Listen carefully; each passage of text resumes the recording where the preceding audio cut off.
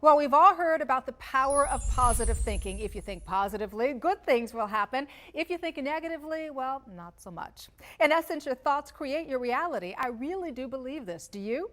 Our next guest says you should. Joe Rapisarda has written this book. It's called Awaken Your Power, How Your Thoughts Create Your Reality.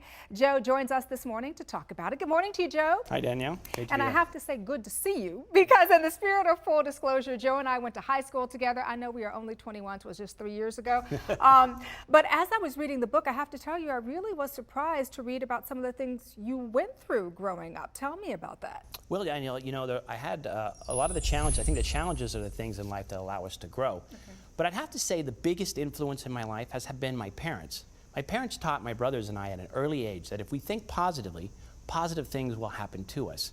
And so we were able to use this teaching to be able to overcome any challenges we had and also to achieve any goals that we wanted. So I think this has probably been the main influence for me to be able to write a book about how our thoughts create our reality. Mm-hmm. And so what is the book about, and why did you write it? Well, the book, Awaken Your Power, is about us awakening a power that each and every one of us has inside of us. And it basically says that the thoughts that we think create the reality we experience. So whatever we think about, we attract into our own lives. And this is made possible by something called the universal laws. Mm-hmm. Let's talk a little bit more about the universal laws, because I believe this wholeheartedly.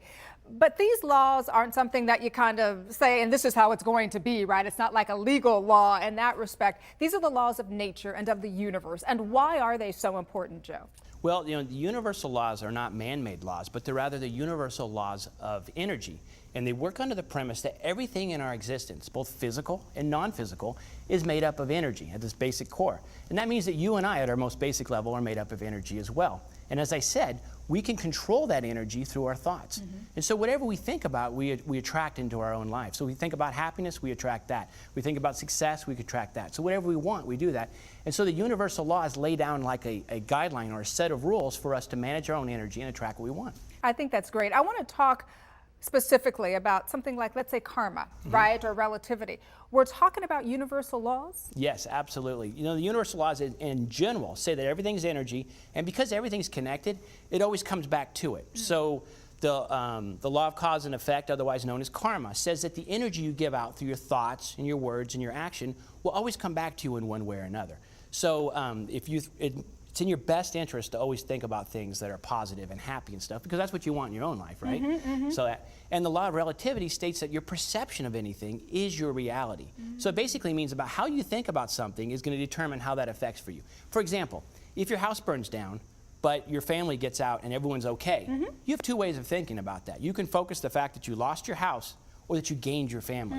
One way's sad, one way's happy. Mm-hmm. And so this teaches us, the universal laws teach us that if we think a certain way, we can control our own happiness. And that's what it comes from there.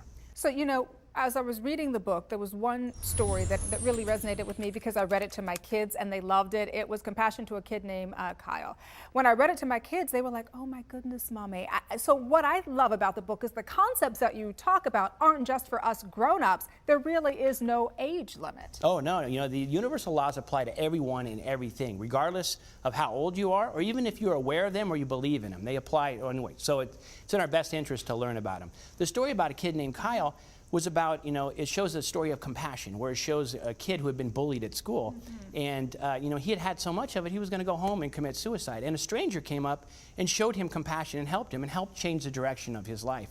And so the moral of that story is we should not judge people, we should give them compassion. Absolutely. So there are a lot of books out there, as you know, that talk about the laws of attraction and the power of positive thinking. I have one of them in my purse right now. It is just I read that book every day. But what makes your book different? Absolutely. Well, you know, I think most of the books on law of attraction are fairly vague in how they explain how the process works. And I think that's good when you're learning, because simple is better.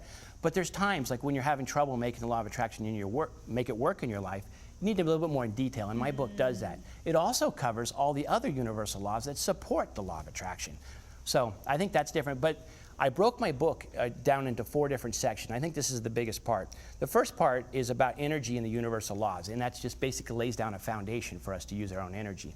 The second part is how to master the law of attraction. In it, I give 2 step-by-step processes on how you can master the law of attraction, a section on how you can troubleshoot it, and I also give a section on times when it doesn't work at all. And few, if any, books ever cover that. In part 3, I give you a 30-day self-empowerment program where you can learn the traits necessary to master the universal laws.